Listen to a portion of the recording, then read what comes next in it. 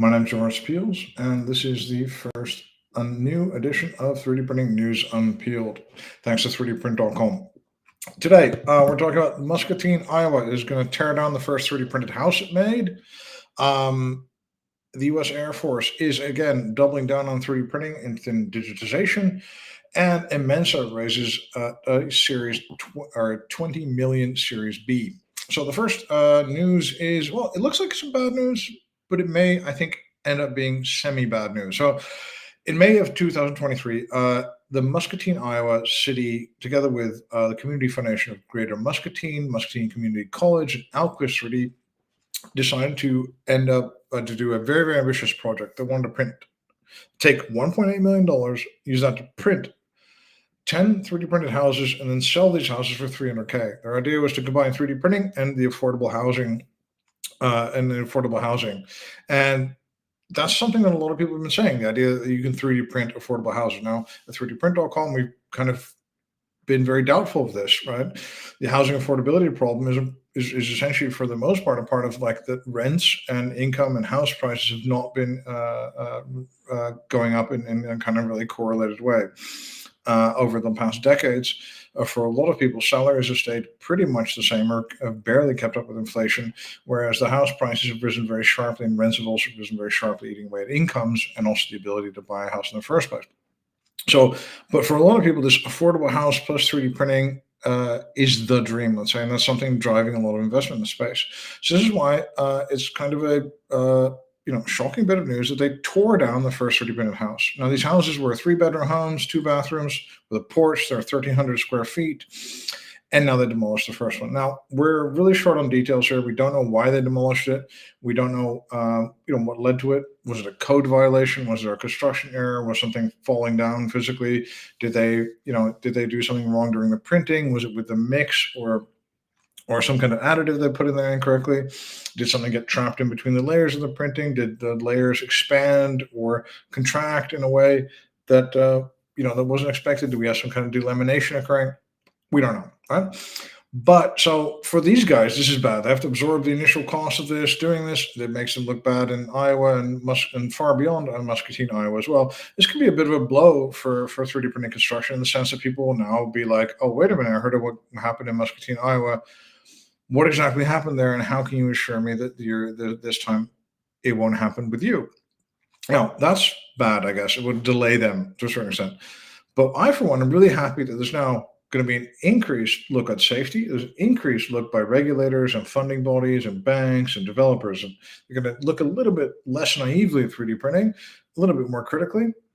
But hopefully, that will lead to higher safety standards and these guys to all adopt kind of safety and engineering and design standards that will work for the industry. At the same time, what we don't want to hear, of course, is that this couple moves in there or something and this house collapses on top of them, right? That would be very bad for the couple and very bad for the city, and also very bad for 3D printing construction. So it's bad news. Definitely, it's going to slow people down in the short term. But I think ultimately this could really end up being a plus and saying, hey, it could be a wake-up call. Guys, we're building dwellings, right? We're building something that a family will have to live in for a very long time in under very safe conditions, right? And we should care about that, with those customers. We should care about the people surrounding them, their visitors, the community, and we should be really, really safe. So I think, this hopefully is a big wake-up call. This industry has been a bit cavalier so far. And I hope it really leads to better safety standards, better coordination with any kind of body regulating construction, and hopefully we won't see any kind of bigger problems occurring from this.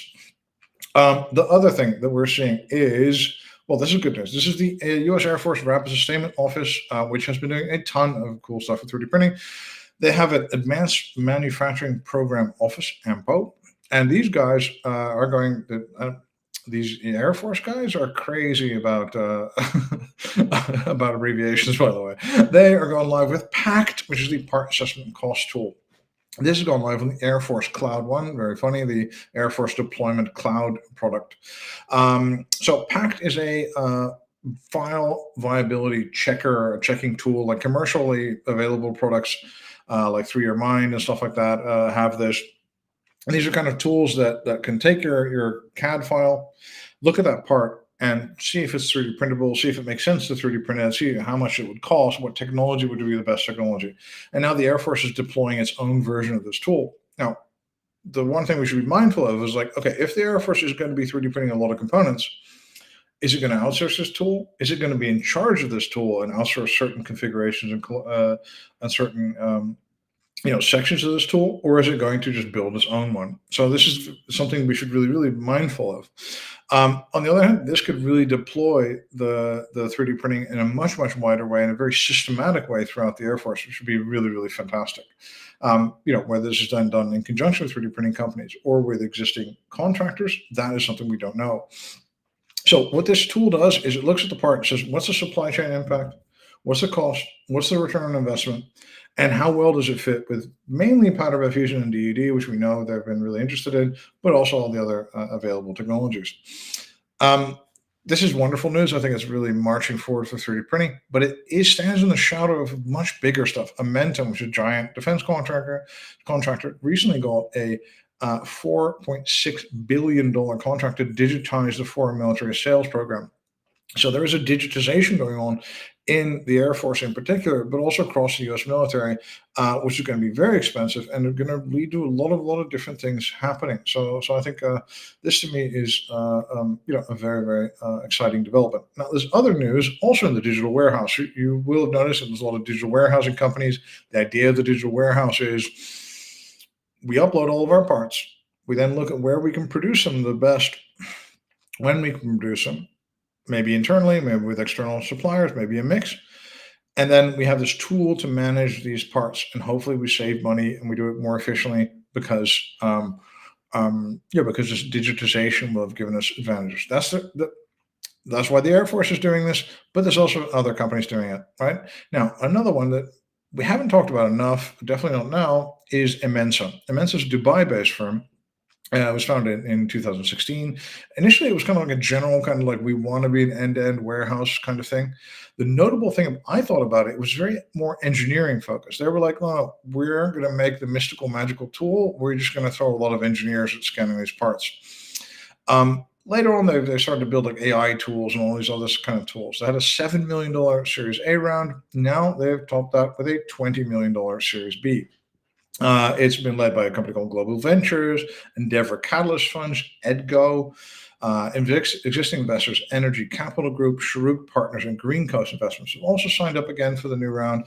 So that's very good news. Also, raising money in this environment, in this time, is a very good thing. That's a very remarkable thing, and it's a very good thing for this team, and it gives them a huge advantage of other people that have not been able to raise or have not been able to re-raise. So what is IMMENSA doing that I think is really exciting? Now, what they're doing is they're saying we're the end-to-end digital spare parts provider for you, and we are specialized in oil players. This is, of course, given the fact that they're in Dubai, given the fact they have these contacts with the NOCs in Saudi Arabia, given the fact that some of these oil companies or these energy companies are immense and they're very close. And also they've always had a problem, these companies have always had a problem. They're trying to get a lot of the money they spend on oil infrastructure and oil exploration and development and refineries to stay in the country. They always want the revenues, the manufacturing, the jobs to stay in country. And often, like initially in the whole oil thing, the Western, European companies came in, or the American companies, they brought all their own people, they built their own cities even, and they very rarely gave jobs to locals. They very rarely trained locals. They very rarely bought parts locally. It was like everything from the trash bags to the ham, obviously the ham, and lots of other stuff was imported. And of course, the local governments, they want their oil to be more their product. So IMMENSA fits into this in the sense saying we're a Dubai-based company that is going to do your spare parts production. And we are completely specialized in energy companies, oil and gas, and other companies like that. Now, this, to my mind, is the biggest single opportunity in MRO, apart from perhaps military and shipping, depending on where you start and end the shipping business. And so it's a wonderful, especially given their position and their location physically, to specifically deal with the standards these guys are used to, the ways of working, the part sizes, the unique considerations. Maybe all these guys run SAP, for example, or maybe all these guys have very serious parts in a particular material. So you can then do more in adopting this material. So I think this is really, really wonderful. Now, I think the other thing I did, which I think is fantastic, is they have said, no, look, you guys all have, the big oil majors have $1 billion of spare parts laying around, and you could save 200 to 300 million in actual free cash flow money if you did this with 3D printing. So I think that's a wonderful way, because they're saying, no, we're not just some digital warehousing, some cool industry 4.0 box to tick. No. We are going to save you cash, right? There's money lying around in factories and plants and refineries and stuff, and we're going to save you money by doing this. That's really good. They're also, and the third thing they did that was really, really good is this. We all know that there's out of production parts is a big opportunity. The other thing with that is that there's legalities. Like, let's say, we had a company that designed this part 50 years ago. They're bankrupt, or they're no longer producing this part. We can't just go out and produce their part. They may have some rights to that. They may have some IP protection on that, or they may just try to sue us just out of spite or to protect their rights, even if these rights aren't really clearly defined. Now, what these guys apparently have done, what they're telling us they've done, is they make license agreements with these companies and say, look, you own this spare parts design. We're going to pay you a licensing fee every single time somebody produces this part. Which is a great approach, and one I've advised people to take, but it's also really difficult to do this because maybe then these guys end up competing or forbid you from doing this. So that, I think, is really good. Now, the one thing I'm a little bit worried about is they said they've assessed 1 million parts, right? Now, given the fact that I've been doing this since 2001, I don't think this is a lot, to be perfectly honest. Assess can also mean a lot of stuff, but that to me does not seem like a lot, given the fact of how long these guys have been in operation. The second thing is that they said they've produced over 15,000 parts. So if we're looking at what we expect their revenue to be, and we look at that part volume, that's not a lot at all. That's like, that's a service bureau kind of volume. That's like not, the type of volume. Like, of course, we have to realize these parts are quite big from what we're used to, right? A lot of them are DED and stuff like this, which still makes them relatively inexpensive. But they're very much, the powder bed fusion parts are very much on the much larger side of what we usually do. But still, 15,000 parts over the number of years is not a lot at all. And that is, if we add it up, even if we make these parts, even if these parts are considerable, that's not a lot of revenue to get this kind of cash and this kind of valuation. So this brings me to a point. If you do not have a digital warehouse solution, but you're a service bureau, right, you should be doing this. You should pivot to offer this to people. So if this is a way into managing and printing out some of these parts, you should find a way to get your own white label or own kind of public solution of doing this for a particular niche. I think this is a fantastic business. This is a much, much better business than a service bureau, because you could do what IMMENSA does, and they actually farm out the work to other service bureaus. So you could take part of the work yourself, or you could get other people to do the work. So I think this is a fantastic thing. I think what they're really doing is they're really doing a really excellent way of making a marketing solution for one particular group. And that group is a group that spends probably more on MRO than nearly any other people in the world. And also, MRO costs are really expensive for these guys. Downtime is millions of dollars a day sometimes. So, I think it's a wonderful startup. I think it's a really great thing.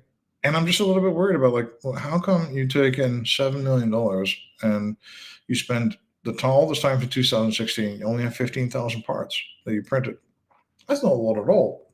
That's not a lot at all.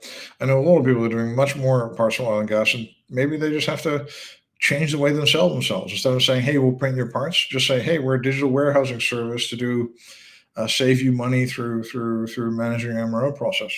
That's the same thing, but apparently that gets you a lot more money nowadays. So think about that. My name is Joris Peels. This was another edition of 3D Printing News Unpeeled. Thanks to 3dprint.com, and I hope you enjoyed this very much. Have a great day.